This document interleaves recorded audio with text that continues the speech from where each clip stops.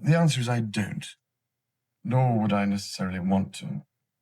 It all stemmed from, I might as well say it, I might as well emphasize it, because I'm fed up with getting letters from people all the time. It was the wedding that glued 750 million eyes to their TVs, the so-called fairy tale of the century. But behind that glittering carriage ride and royal balcony wave, there was a devastating truth hiding in plain sight. A secret so heavy, it almost shut the whole ceremony down. What the world thought was a dream come true was actually a storm of tears, heartbreak, and duty ripping Princess Diana and King Charles apart from the inside. And now, decades later, King Charles himself has stepped out of the shadows, finally confessing what millions always suspected. This isn't just a love story gone wrong, it's a royal confession that rewrites everything we thought we knew. So stick with me, because the truth behind the crown is darker than ever imagined. And before we dive deeper, don't forget, hit that subscribe button and tap the bell, because what's really happening inside Buckingham Palace makes today's drama look tame.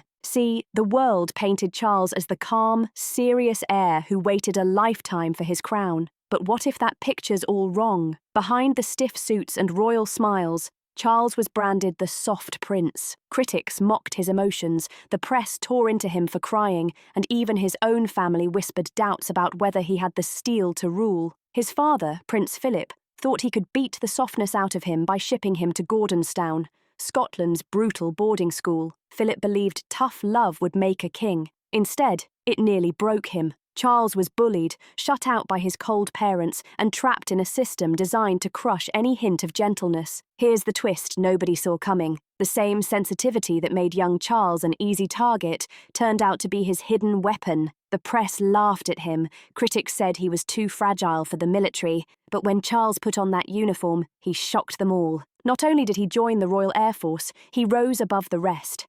His instructors couldn't believe it. This soft prince had raw talent, iron determination, and an unshakable will to prove everyone wrong. One flight trainer even admitted Charles had a rare gift. And the proof, he walked away with the coveted double diamond trophy, the award given to the very best pilot in his class. That's no small feat. That's royalty defying expectations in the sky. But while Charles showed bravery in the cockpit, down on the ground his heart told a different story. The boy who grew up craving love and approval never escaped that shadow. His parents' coldness left scars, and Charles spent his adult years chasing warmth, desperate for someone to fill that emotional void. That hunger for love became his greatest weakness, and it dragged him straight into one of the messiest love triangles in royal history. And here's the wild part. This was only the beginning of his downfall. Because while the fairy tale romance of Charles and Diana is the story most people think they know, the truth about how they met is nothing like the glossy version told by the palace PR machine. It wasn't just some sweet encounter at Diana's sister's party. The reality was tangled, tragic, and filled with twists the crown never wanted the world to hear. Charles first laid eyes on Diana Spencer when she was just 16, standing in a muddy field at a shooting party, her laugh echoing louder than the gunfire. He was instantly drawn in by her bright energy and charm. But there was a major problem. At that time, Charles wasn't free. He was already dating her older sister, Sarah Spencer. For months, Charles tried to push the thought of Diana out of his head. He stayed with Sarah, attending public events and doing the royal couple routine. But fate had other plans. At the Spencer estate, Charles invited Diana on a private gallery tour, just the two of them, away from the crowd. That's where something shifted. Their conversation flowed effortlessly. Diana listened like nobody else ever had, laughing at his jokes and making Charles feel seen in a way he'd never experienced before. For once, he wasn't the sensitive prince mocked by the world. He was just a man being understood. But that fragile hope didn't last. Sarah, perhaps sensing something between them, shocked the press with a blunt public statement. She said she wasn't in love with Charles and had no intention of marrying him. Just like that, their relationship ended in an instant. What Sarah didn't realize was that her offhand remark had cracked open the door for her younger sister, a door that would soon drag Diana into a royal mess far bigger than she could ever imagine. Because while Charles began to seriously think about the young girl from that muddy field, there was someone else he couldn't let go of, a woman whose presence lingered in every thought, every choice, every corner of his heart. Camilla Parker Bowles. Her shadow was about to turn this budding romance into one of the most tangled and tragic love triangles in royal history. Charles and Camilla Parker Bowles were never truly finished with each other. Not then, not ever. Their story started long before Diana entered the picture, and no crown, no marriage, no royal duty could erase that bond. Behind palace walls, Camilla was the woman who made Charles laugh until he couldn't breathe, the one who understood his darkest fears without ever judging him. To Charles, she wasn't just a lover, she was the one constant in a life filled with pressure and expectation. But this dangerous bond hung like a shadow over the fairy tale romance the world thought they were witnessing. Diana, barely out of her teens, was too young, too head over heels to see the warning signs. When Charles proposed just 6 months into their whirlwind courtship, she believed she had won the ultimate prize, the love of the future king. She had no idea that his heart was still divided,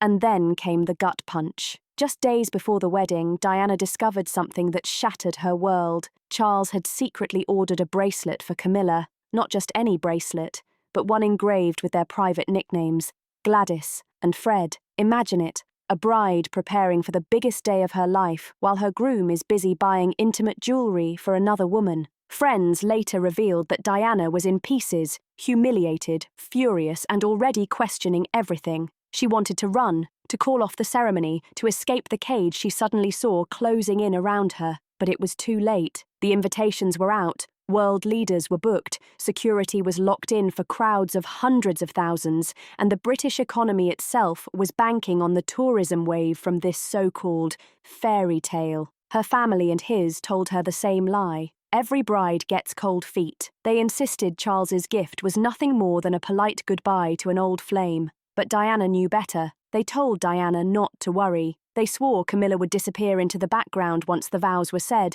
that she'd just become a faded chapter in Charles's past. But that couldn't have been further from the truth, because the night before the wedding, Diana's world was ripped apart. What she discovered didn't just bruise her heart, it haunted her for the rest of her life. Imagine it. The evening before one of the most watched weddings in history. Diana Spencer, only 20 years old, should have been glowing with joy, surrounded by her closest friends, dreaming of her future as the Princess of Wales. Instead, she was locked away in her room, crying. Why? Because Charles himself came to her and dropped a bombshell that would turn her dream into a nightmare. Her closest friends later revealed that in this private, crushing moment, Charles confessed the unthinkable. Whether it was guilt, panic, or both, he admitted he didn't love her the way she loved him. Diana would later describe it as the worst night of her life, and it didn't stop there. Reports claim Charles broke down in tears, not for his bride, but for the woman he couldn't let go of, Camilla. The man who was about to stand before the world's cameras and promise forever was weeping over another woman. Picture it. Diana, barely more than a girl, about to marry into the most famous family on earth, realizing her prince's heart belonged elsewhere. And when she asked the only question that mattered, "Why are you marrying me if you don't love me?" Charles's answer was colder than ice. He told her duty came before happiness, that the monarchy needed heirs, that love, for a king, was nothing more than a luxury he could never afford. That night, Diana faced an impossible choice. She could have walked away, sparked the biggest royal scandal of the century, and left Charles standing at the altar. But instead, she stayed, clinging to hope that maybe, one day, he'd love her back the way she loved him. It was a decision that would cost her everything, because the very next day, the cracks in their fairy tale were already on display for the entire world to see. On July 29th, 1981, 750 million people tuned in expecting to watch the happiest day of Diana's life. Instead, they witnessed a silent tragedy wrapped in lace and diamonds. Every smile looked rehearsed, every glance carried tension. Even the vows gave away the truth. Diana shocked everyone by refusing to promise she would obey Charles. A bold act of quiet rebellion that revealed just how trapped she felt. And Charles, he stumbled too, saying, "Thy goods," instead of "my worldly goods," a slip many took as a sign of his reluctance to fully commit. Even the iconic balcony kiss, replayed endlessly as a symbol of romance, was painfully awkward. Diana leaned in with excitement, but Charles pulled away. A picture-perfect moment turned into a snapshot of imbalance. Cameras caught her fading smile when she thought no one was watching, her eyes heavy with sadness while the world cheered. At the reception, she tried to capture his attention, but Charles seemed distracted, distant, and cold. Ironically, while the marriage faltered in private, Diana became a global icon overnight. Her beauty, poise, and innocence captured hearts everywhere, and her wedding gown became the stuff of legend. To the public, it was the wedding of the century. But for the bride herself, the fairy tale was already over before it even began. When they left for their honeymoon, it should have been their chance to connect, to build something real away from the royal spotlight. Instead, it marked the start of Diana's lonely fight, trapped in a marriage already cracking under the weight of secrets and lies. From the very start, the cracks were showing. In their first joint interview, Diana beamed with love, answering, "Of course," when asked if they were in love. Charles's reply, cold as ice. Whatever love means. The world brushed it off as awkward humour, but Diana felt humiliated. She threw herself into royal duties, believing that if she gave him sons and proved her devotion, he would eventually love her back. But her worst fear soon became reality. Charles had never truly ended things with Camilla. When Diana finally confronted Camilla at a party, hoping for honesty, she was met with cruelty. Camilla shot back, "What more could you want?" That line cut deeper than any rumour. And then came the final betrayal. Private phone calls between Charles and Camilla leaked to the press. The tapes revealed intimate conversations that left no doubt. Charles's heart had always belonged to Camilla. For Diana, it was the ultimate humiliation. Alone, trapped, and under the glare of the global spotlight, Diana spiraled into one of the darkest periods of her life. Her pain wasn't just private, it became a public spectacle. By the early 1990s, the whispers of an affair were impossible to ignore. Diana's sadness showed in every photo, and the tabloids smelled blood. The monarchy itself was now under threat. And then came the bombshell. In a shocking television interview, Charles admitted it all. He confessed to being unfaithful, openly declaring he had carried on with Camilla during the marriage, and that he had loved her all along. When asked if he had at least tried to be faithful, Charles coolly replied that he had been, until the marriage had irretrievably broken down. No apology, no regret. Instead, he all but blamed Diana, framing the affair as the natural result of a loveless union. For Diana, this wasn't just betrayal, it was public destruction. She told friends Charles made her feel worthless, as though she could never measure up. That confession didn't just break their marriage, it shattered the royal image forever. Within months, the palace was forced to announce the inevitable, their separation. After Charles's cold confession, Diana refused to stay silent. If he could humiliate her in front of the world, she would reclaim her voice,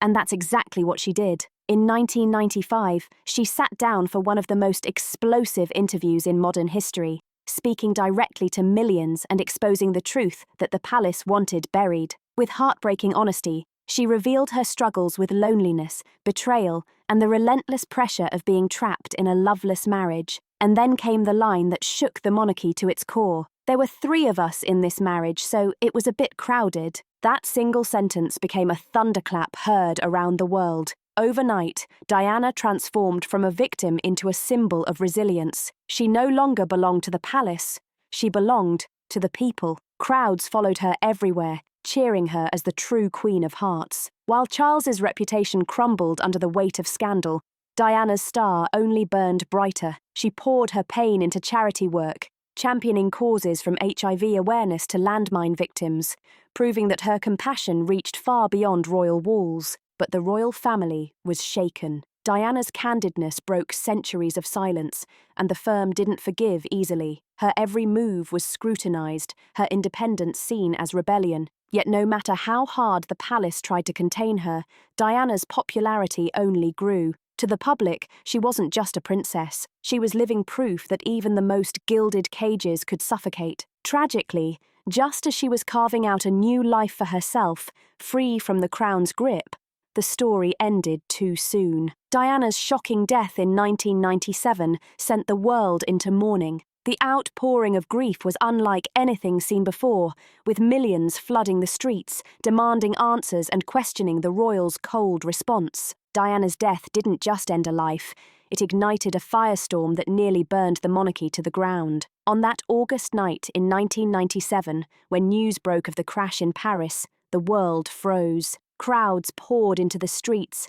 mountains of flowers covered palace gates, and millions wept openly for the princess who had been stripped of her crown but never of her people's love. But while the public mourned, the royal family's silence was deafening. For days, the Queen stayed hidden in Balmoral, refusing to speak, while Charles faced an angry nation that saw him as the man who had broken Diana's heart. Tabloids shredded him, crowds booed him, and whispers of blame echoed everywhere. Some said the monarchy itself wouldn't survive this scandal. When Charles finally appeared, walking behind Diana's coffin with his sons William and Harry, the world saw something raw, a broken family forced to march in silence before billions. Yet even that image couldn't erase the fury. For many, Charles would forever be the man who chose duty, and Camilla over the woman who embodied love and compassion. Diana had become more than a princess. She was a martyr of a system that crushed her spirit. And here's the cruel irony. In trying to control Diana, the royals created their biggest rival. Even in death, she outshined them. Her style, her warmth, her courage, they turned into an eternal standard that no royal could escape. Every step Charles took with Camilla after Diana's death was haunted by comparison. And as the years passed, the shadow of Diana loomed over every headline, every appearance, every decision the monarchy made. Fast forward to today. King Charles finally sits on the throne he waited for his entire life. And beside him, not Diana, but Camilla Parker Bowles, the woman once branded as the villain in this story, now crowned as Queen Consort. To some, it's the ultimate full circle. To others, it's the cruelest twist of fate, the proof that Diana was right when she said she was always the outsider in her own marriage. The palace has worked tirelessly to rebrand Camilla, polishing her image and urging the public to see her as Charles's true partner. But no matter how many glossy photos or official speeches, the memory of Diana lingers. For millions, Camilla will always be the woman who stood in the shadows while the people's princess suffered. And even now, with Charles wearing the crown, his reign is haunted by the love story he could never bury. Look closer at the coronation. The cheers for Charles were polite, but when the crowd heard Diana's name, the energy shifted. The ghost of Diana still commands more love than the king himself. Every headline about Charles and Camilla comes with a reminder. Diana's legacy is untouchable. Her compassion, her authenticity, her connection to the people. It's a standard Charles can never quite live up to, no matter how many crowns he wears. And the weight doesn't just fall on Charles. Prince William carries it too, carefully balancing duty with the warmth he inherited from his mother. Catherine, now the Princess of Wales, steps into a role forever defined by Diana's shadow, trying to honour her memory while carving her own path. For Harry, the wound cut even deeper, pushing him to walk away from the institution that he blames for destroying his mother's happiness. Diana herself once summed up her pain with the line that rocked the world. There were 3 of us in this marriage, so it was a bit crowded. That one sentence exposed everything. The betrayal, the loneliness, the truth behind the palace doors. Decades later, when Charles finally became king, he made an admission that shocked millions all over again. In his infamous interview, he confessed what the world had long suspected, that his heart had always belonged to Camilla. But was that confession an act of bravery, or was it a final cruelty to Diana's memory? The debate still rages today. Friends of the new king claim he's filled with regret. They say Charles looks back on his marriage to Diana with sorrow, wishing he had handled it differently, wishing he hadn't put his desires above her happiness. After years of scandal, he has reinvented himself as a devoted husband to Camilla. But even he knows that happiness came at a brutal cost. He married Diana because she fit the royal mould, not because she was his true love. And that choice destroyed 3 lives. Charles sacrificed love for duty, Diana was left broken by betrayal, and Camilla endured decades of being branded the villain. In the end, no one truly won. The public, however, never forgot Diana. Her grace, her courage, and her ability to connect with people made her eternal. She became the people's princess because her pain was real and her strength was undeniable. Her story is a reminder that the crown may demand loyalty, but the price of duty can be shattered dreams. So what do you think? Is King Charles genuinely sorry for the pain he caused, or is it far too late for regret to matter? Drop your thoughts in the comments. I want to hear what you believe. And don't forget to like, share and subscribe for more shocking truths about the monarchy's past, present and future.